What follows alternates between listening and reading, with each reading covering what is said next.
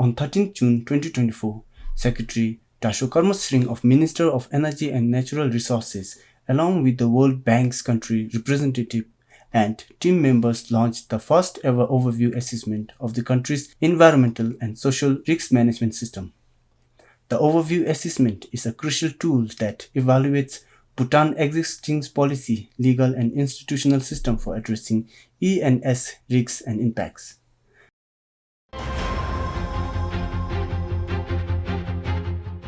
The OA assessment has been distilled into concise information snapshots on each standard, summarizing insights and identifying areas for further potential collaborations between the World Bank and the government of Bhutan to build regulations, policies, resources and capacity management, E and S risks on development project. The OA is a crucial policy dialogue opportunities with the government and draws interest from other international finance institutes, development partners and civil society interested in aligning Bhutan's system and good international practice, environmental and social governance. Let me take this opportunity to formally thank the World Bank for undertaking the comprehensive overview assessment of Bhutan's environmental and social standards and framework in collaboration with the Department of Environment and Climate Change, which is under the Ministry of Natural Energy and Natural Resources. The assessment is in line with Bhutan's ongoing commitment to promote sustainable development without compromising on a pristine environment. The assessment, I'm told, has evaluated Bhutan's environmental and social standards and framework against World Bank's rigorous safeguard policy, though we know that our frameworks are equally robust, effective, and in compliance with any international standards. Bhutan is already aware of the delicate balance between economic development need and the need to preserve environment.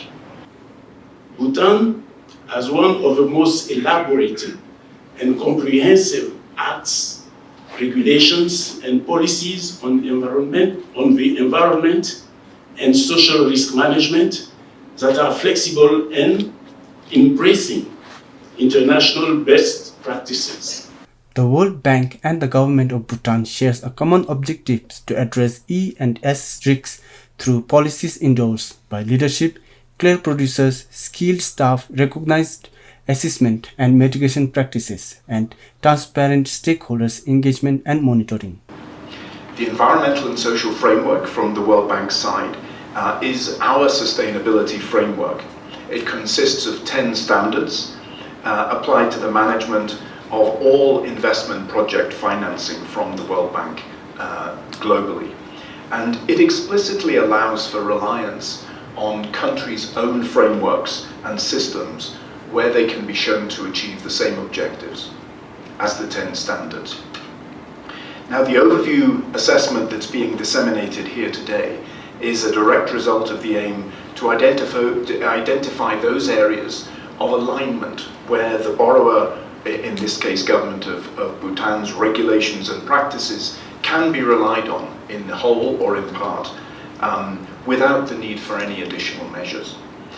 And this piece of work has also been an opportunity to identify areas where further collaboration is needed and where some strengthening of the country systems would be advised in order to strengthen the ways of addressing environmental and social challenges faced by Bhutan. So cultural heritage. Now this is a standard in which we find quite a lot of strengths in the national systems, because preservation and promotion of culture is one of the 4 main pillars of gross national happiness and is highly valued in Bhutan. Its principles are enshrined in the constitution, relevant to the preservation, protection and promotion of both tangible and intangible cultural heritage.